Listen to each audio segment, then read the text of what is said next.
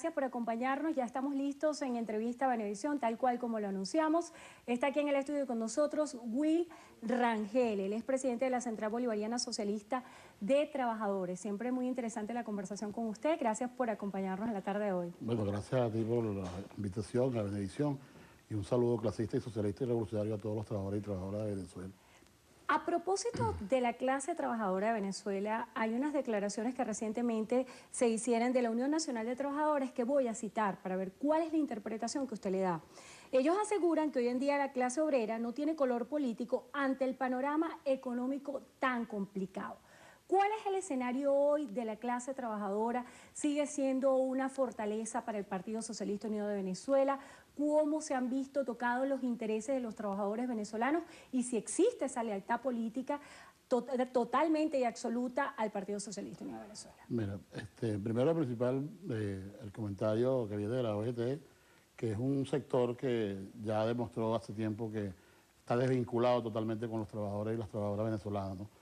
Segundo, nosotros los trabajadores en su mayoría, en un 90%, somos parte de un proyecto país que está consagrado en la Constitución de la República Bolivariana de Venezuela, que está en la Ley Orgánica de los Trabajadores y las Trabajadoras, está en el Plan de la Patria y por supuesto está direccionado al frente el camarada presidente obrero Nicolás Maduro. Ese es nuestro proyecto. En base a eso es lo que nosotros estamos dando la batalla, el debate contra la situación económica que se ha implementado en el país desde el sector del capital, y nosotros, por supuesto, conscientes de un papel histórico que tenemos hoy como clase, creemos que nos suscribimos a esos 4 factores fundamentales para lograr la mayor suma de beneficios sociales para la clase obrera y para el pueblo. Porque los trabajadores hoy debemos entender que nuestro esfuerzo, nuestra generación de riqueza no es para un grupo económico, sino es para el pueblo. Entonces, basado en eso, nosotros, nuestras metas, nuestro objetivo es formar la conciencia de la clase obrera que está consagrada en la Constitución, en la Ley Orgánica y en el Plan de la Patria. Precisamente este martes se hacía la juramentación de los comandos de campaña de la clase obrera. ¿Cuáles son las banderas que van a tener estos comandos de campaña? ¿Cómo van a trabajar? ¿Existe algún descontento en el sector obrero? ¿Cuál es la realidad del sector de los trabajadores venezolanos? Los trabajadores hoy en día sometemos en la balanza la situación que está pasando hoy el país y todas las cosas que hemos logrado y que estamos por lograr, que están consagradas en la ley, vuelvo y te repito, en la Constitución y en el Plan de la Patria y en la direccionalidad del presidente.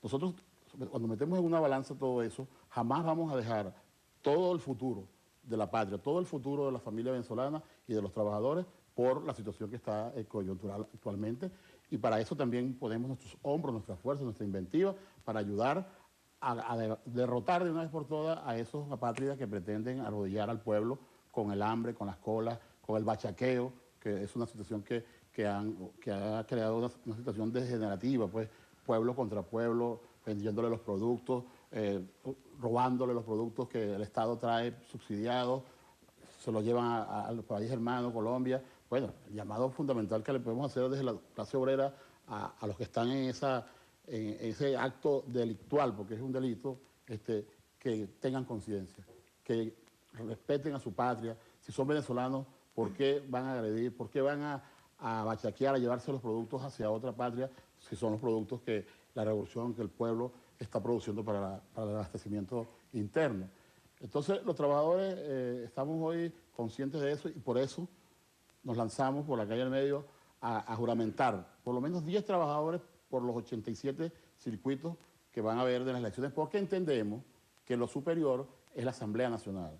Porque si nosotros no conservamos la Asamblea Nacional con los dirigentes, con los líderes de la revolución, nosotros ahí tendremos una batalla muy difícil, porque la derecha vendría por la Ley Orgánica de los Trabajadores, vendría por las misiones de vivienda, no habría presupuesto para toda la inversión social. Esos 600.000 millones de dólares que ha invertido la revolución en el pueblo, si la Asamblea Nacional no está en manos de los patriotas revolucionarios, esa inversión indudablemente que va a ser boicoteada, escamoteada, y va a tratar de recuperar el poder quienes siempre lo estuvieron aquí y que eternamente invisibilizaron, pues, al pueblo, al 80% del pueblo venezolano. A su juicio, ¿cómo se debería derrotar la figura de los bachaqueros en nuestro país? Y quisiera también que nos diera un balance, si ustedes manejan alguna cifra de si algunas personas se han dedicado al bachaqueo y esto ha generado ausentismo laboral.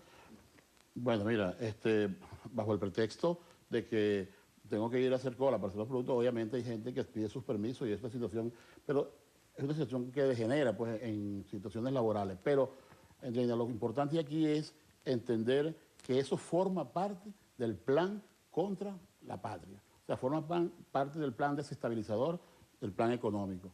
O sea, es una distorsión que hay en ese sector que hace esa actividad que hace ese tipo de situación y, por supuesto, el Estado, como es una distorsión y como es un acto delictual, el Estado está, por supuesto, con la OLP, con todas estas acciones que está desarrollando el gobierno revolucionario para proteger al pueblo, para proteger el salario de los trabajadores, que estamos conscientes que hoy, con esa inflación inducida, es imposible. Mira, no habrá posibilidad que a punta de contratos colectivos, aumentos salariales, logremos derrotar a la inflación si no logramos incrementar la producción y la productividad y garantizamos la justa distribución de esa producción y esa productividad. A propósito de esa necesidad de reactivación del aparato productivo nacional, usted estaba muy ligado sobre todo al sector sindicalista petrolero. ¿Cómo hacer para que los trabajadores y los venezolanos en general comprendan el nuevo escenario económico en el cual no se cuenta con un barril de petróleo como estaba en 100, 120 dólares, sino que tenemos otra realidad de precios para que se active más el aparato económico nacional? Mira, indudablemente que el momento histórico que estamos viviendo, el precio del petróleo, en vez de ser una adversidad, debemos convertirla en una virtud, desarrollar ideas, entender que este país tiene suficientes riquezas y sobre todo la riqueza humana para desarrollar, potencializar las riquezas que hay en la siembra, la producción. No podemos estar importando productos que se han dado aquí históricamente. Entonces, ahora que no hay la riqueza abundante del barril del petróleo, eso debemos potenciarlo y debe servirnos para crearnos conciencia de que hay necesidad de que volteemos al campo, que le metamos fuerza dura al trabajo, a la producción. Cada uno de nosotros en nuestro puesto de trabajo, que es importante dar el doble de lo que debemos dar, porque entendiendo que hoy está en juego es la patria, ¿no? Porque si nosotros no logramos derrotar la inflación esa inducida que hay, que no hay otra forma de derrotarla sino con trabajo y con producción, bueno, se nos va la patria y entonces volverán, como te dije anteriormente, la pobreza extrema, volverán la gente que no se podrán seguir dando las viviendas, el objetivo de los 3 millones de viviendas, no habrá vivienda obrera.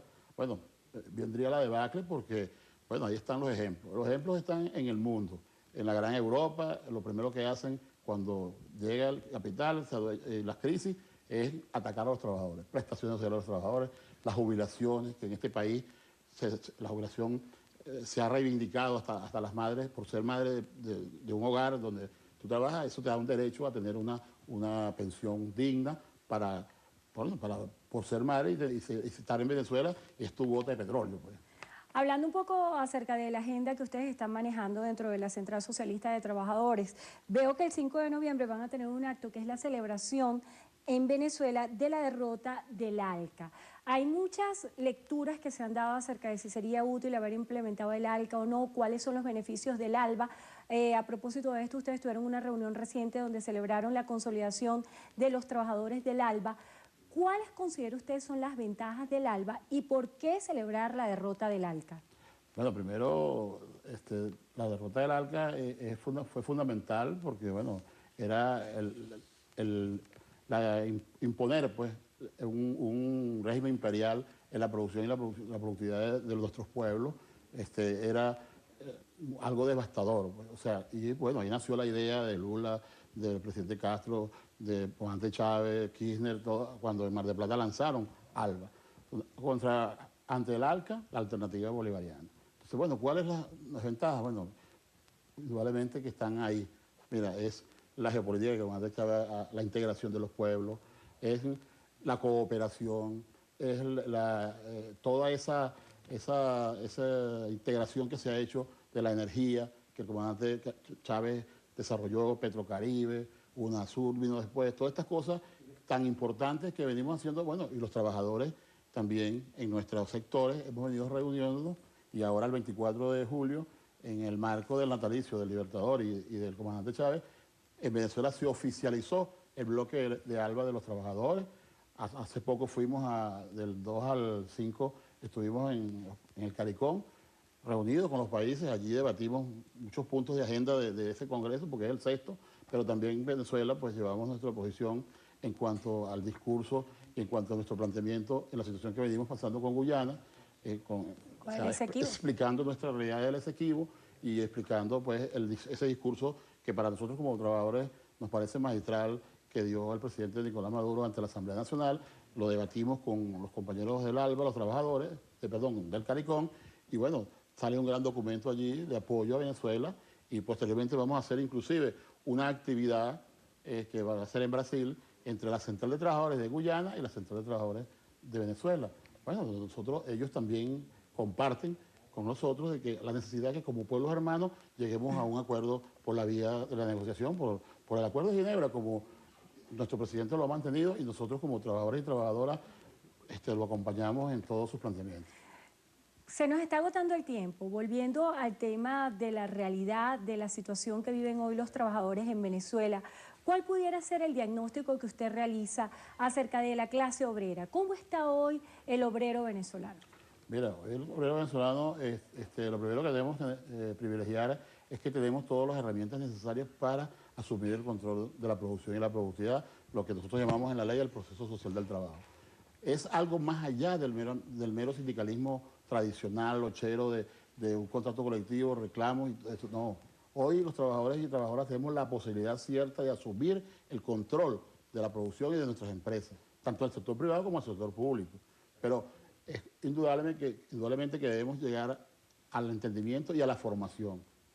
O sea, nosotros venimos de las rémolas, nosotros no nacimos en el 98, todos venimos con rémolas del pasado, y debemos, por supuesto, a través de la formación, a través de nuestra escuela de cuadros, transformar y darle el conocimiento necesario a la Ley Orgánica de los Trabajadores y las Trabajadoras y al capítulo 5 de la Constitución de la República Bolivariana, y más allá, porque también hay la corresponsabilidad de defensa de la patria, porque era imposible pensar antes que un trabajador y una trabajadora pensara en la corresponsabilidad de defensa de la patria, de ser miliciano, por ejemplo, para asumir la defensa de la patria como venezolano, porque no es solamente un deber de las Fuerzas Armadas, también es de todo el pueblo. La patria es de todos, no es de las Fuerzas Armadas nada más. Los compañeros de las Fuerzas Armadas son nuestros aliados, nuestros amigos, hoy son soldados de la revolución, y gracias pues al poder cívico-militar que desarrolló el comandante Chávez, y que lo vivimos especialmente los petroleros en el 2002.